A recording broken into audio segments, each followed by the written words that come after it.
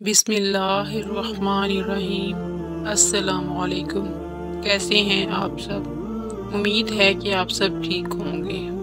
آج ہم ایک ایسے نبی کے بارے میں بات کریں گے جنہیں ایک دیو ہیکل وہیل نے نگل لیا۔ آپ سے ایسی کون سی خطا سرزد ہو گئی تھی اور آپ مچھلی کے پیٹ میں 40 دن کیسے زندہ رہے؟ اس ویڈیو میں ہم اس ہستی کے متعلق جانیں گے۔ ان کا واقعہ قرآن مجید میں یونس اور توریت میں جونہ کے نام سے آیا ہے۔ تاریخ میں آشوری قوم ایک عظیم اور طاقتور قوم کی حیثیت سے جانی جاتی ہے، جس کا دارالحکومت آشور تھا۔ آشوری دراصل بنی اسرائیل کی نسل سے تعلق رکھتے تھے، جو بخت نصر کے حملے کے بعد غلام بنا کر بابل اور عراق لائے گئے تھے۔ اس زمانے میں دریائے دجلہ کے کنارے نینوا نامی ایک چھوٹی سی بستی تھی۔ آشور کے کسی بادشاہ نے ایک دیوتا کے نام پر نینوا میں ایک مندر بنوایا۔ رفتہ رفتہ دوسرے بادشاہوں نے بھی مندر اور عمارتیں بنانا شروع کر دی، اور ایک دور ایسا آیا کہ یہ چھوٹا سا علاقہ سلطنت آشوریہ کے عظیم الشان دارالسلطنت میں تبدیل ہو گیا۔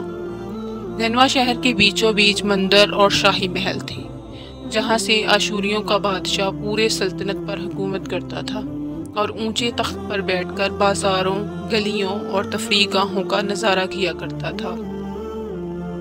آشور کے مغربی علاقے میں لہلہاتے کھیت تھے۔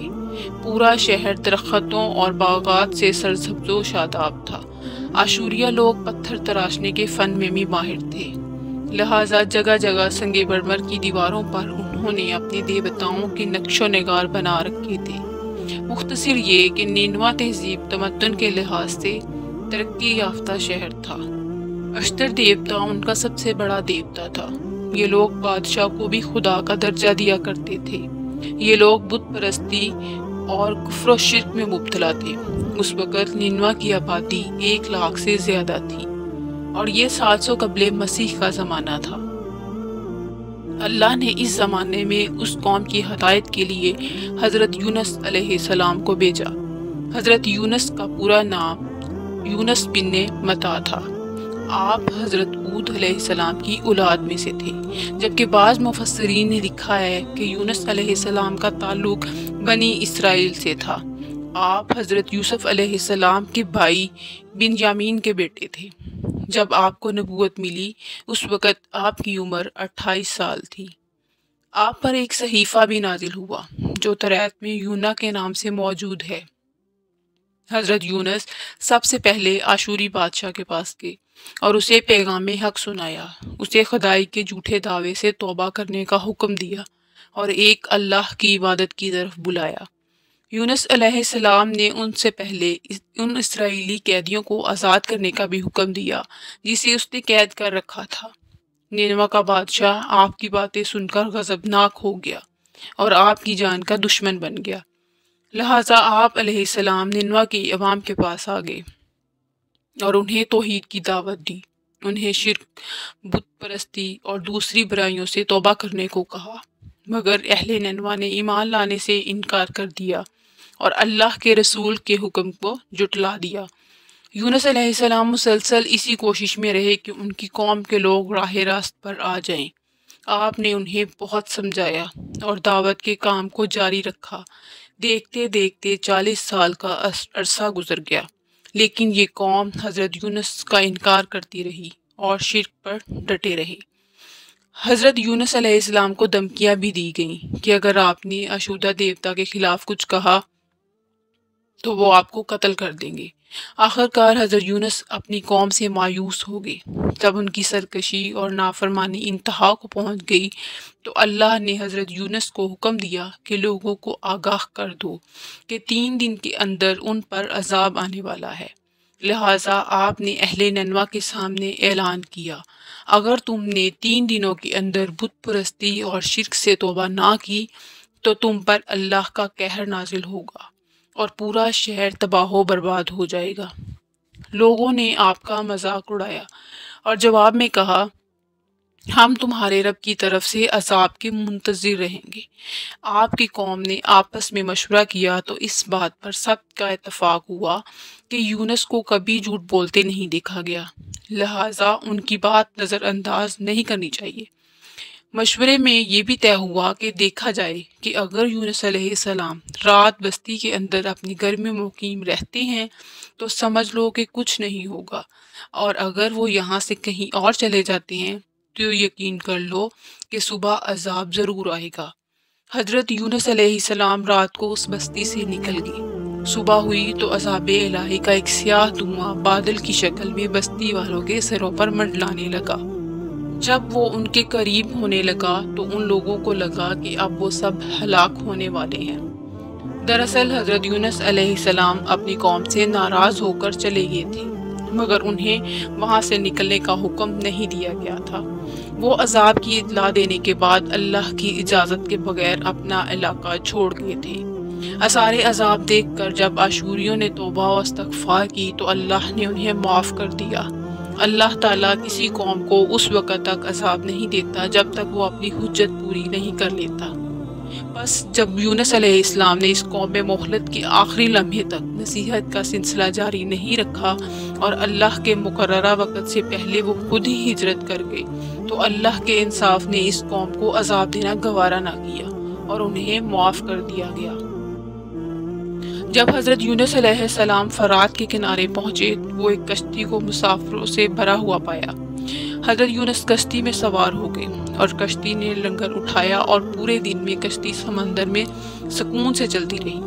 اچانک اونچی اونچی لہریں اٹھنے لگیں کہ لوگوں نے اپنا ساز و سامان سمندر میں پھینک دیا کہ کشتی کا بوجھ کم ہو جائے، لیکن کشتی کا بوجھ پھر بھی کم نہ ہوا۔ جب کشتی ڈگمگانے لگی تو کشتی کے غرق ہونے کا یقین ہونے لگا۔ اہل کشتی نے اپنے عقیدے کے مطابق کہا کہ ایسا معلوم ہوتا ہے کہ اس کشتی میں کوئی غلام اپنے آقا سے بھاگا ہوا ہے۔ جب تک اس کو کشتی سے الگ نہ کیا جائے گا نجات مشکل ہے۔ یونس علیہ السلام نے سنا، ان کو تنبیہ ہوا کہ اللہ کو میرا ننوہ سے وحی کا انتظار کیے بغیر اس طرح چلے آنا پسند نہ آیا اور یہ میری آزمائش کے آثار ہیں۔ یہ سوچ کر انہوں نے اہل کشتی سے فرمایا کہ میں ہی وہ غلام ہوں جو اپنے آقا سے بھاگا ہوا ہوں۔ لہٰذا 3 مرتبہ قرآن دازی کی گئی اور تینوں مرتبہ حضرت یونس کا نام نکلا۔ تب مجبور ہو کر انہوں نے حضرت یونس کو دریا میں ڈال دیا۔ اس وقت اللہ نے ایک بڑی مچھلی کو حکم دیا کہ انہیں نگل لو، یہ تمہاری غذا نہیں ہے، اس لیے ان کے جسم پر کوئی تکلیف نہیں ہونی چاہیے۔ مچھلی نے حضرت یونس کو اپنے پیٹ میں نگل لیا۔ یونس علیہ السلام نے جب مچھلی کے پیٹ میں خود کو زندہ پایا تو بارگاہ الہی میں اپنی ندامت کا اظہار کیا کہ میں وحی الہی کا انتظار کیے بغیر اور اللہ سے اجازت لیے بغیر امت سے ناراض ہو کر ننما سے نکل آیا۔ حضرت یونس نے مچھلی کے پیٹ میں اللہ کو پکارا۔ ان پر 3 اندھیرے اکٹھے ہو گئے تھے، رات کا اندھیرا، مچھلی کے پیٹ کا اندھیرا اور سمندر کا اندھیرا۔ آپ نے ان اندھیروں میں یہ کلمات کہی: اللہ تیرے سوا کوئی معبود نہیں، تو یکتا ہے، میں تیری پاکی بیان کرتا ہوں، بے شک میں اپنے نفس پر خود ہی ظلم کرنے والا ہوں۔ روایتوں کے مطابق اگر حضرت یونس یہ نہ کہتے تو قیامت تک مچھلی کے پیٹ میں رہتے۔ رسول اللہ صلی اللہ علیہ وآلہ وسلم نے فرمایا کہ جب یونس نے یہ دعا کی تو یہ کلمات عرش کے گرد گھومنے لگی۔ فرشتے کہنے لگے، یہ بہت دور دراز جگہ سے آواز آ رہی ہے، لیکن کان اس سے پہلے اس سے آشنا ضرور ہیں اور آواز بہت ہی کمزور ہے۔ اللہ نے حضرت یونس کی درد بھری آواز سنی تو فرمایا، کیا تم اس آواز کو نہیں پہچانتے؟ انہوں نے کہا نہیں۔ فرمایا، یہ میرے بندے یونس کی آواز ہے۔ فرشتے نے کہا، یہ وہی یونس ہے جس کے پاک عمل قبول شدہ ہر روز تیری طرف چڑھتے تھے۔ اے اللہ، مصیبت کے وقت اس پر رحم کر۔ تو اس وقت اللہ نے مچھلی کو حکم دیا کہ وہ آپ کو بغیر کسی تکلیف کے سمندر کے کنارے اگل دے۔ روایتوں کے مطابق یونس علیہ السلام 40 دن اس مچھلی کے پیٹ میں رہے اور اس کے بعد اللہ کے حکم سے مچھلی نے ان کو سمندر کے کنارے اگل دیا۔ مچھلی کے پیٹ میں رہنے کی وجہ سے آپ کا جسم ایسا ہو گیا تھا جیسے کہ پرندے کا پیدا شدہ بچہ، جس کا جسم نرم ہوتا ہے اور جسم پر بال تک نہیں تھے۔ غرض حضرت یونس بہت ہی کمزور اور ناتواں حالت میں خشکی پر ڈال دیے گئے تھے۔ اس کے بعد اللہ نے سمندر کے کنارے پر ایک بیلدار درخت اگایا۔ روایتوں کے مطابق وہ کدو کا پودا تھا جس کے ذریعے حضرت یونس علیہ السلام پر سایہ ہو گیا۔ اس کے علاوہ اللہ نے ایک جنگلی بکری بھیجی جو زمین کی گھاس اور جڑی بوٹیاں کھاتی تھی اور صبح و شام آپ کو دودھ پلاتی تھی، یہاں تک کہ آپ تندرست ہو گئے۔ حضرت یونس علیہ السلام درخت کے اس سائے میں جھونپڑی بنا کر رہنے لگے۔ یونس علیہ السلام کی قوم انہیں تلاش کرتی رہی۔ ایک دن اس ساحل کے کنارے پر پہنچ گئی اور انہوں نے آپ کو دیکھ لیا۔ انہوں نے آپ کے ہاتھ پر اسلام کی بیعت کر لی اور ساتھ ہی اللہ سے توبہ و استغفار کرنے لگے۔ یونس علیہ السلام دوبارہ نینوا چلے گئے اور وہاں رہ کر اپنی قوم کی رہنمائی فرمائی۔ حضرت یونس کی زندگی نینوا میں ہی گزری اور وہیں آپ کا انتقال ہوا۔ اس قصے سے ہمیں یہ سبق ملتا ہے کہ کسی بھی حال میں اللہ کی رحمت سے مایوس نہیں ہونا چاہیے اور نہ ہی ہدایت کے معاملے میں اپنی ذات پر بھروسہ کرنا چاہیے۔ ہدایت تو بس اللہ ہی کی طرف سے ہے، ہمارے ذمے بس پیغام حق پہنچانا ہے۔ امید ہے کہ آپ کو ویڈیو پسند آئی ہوگی۔ اگر میری ویڈیو آپ کو اچھی لگے تو ویڈیو کو لائک اور شیئر ضرور کریں اور میرے چینل کو سبسکرائب کریں۔ اللہ حافظ۔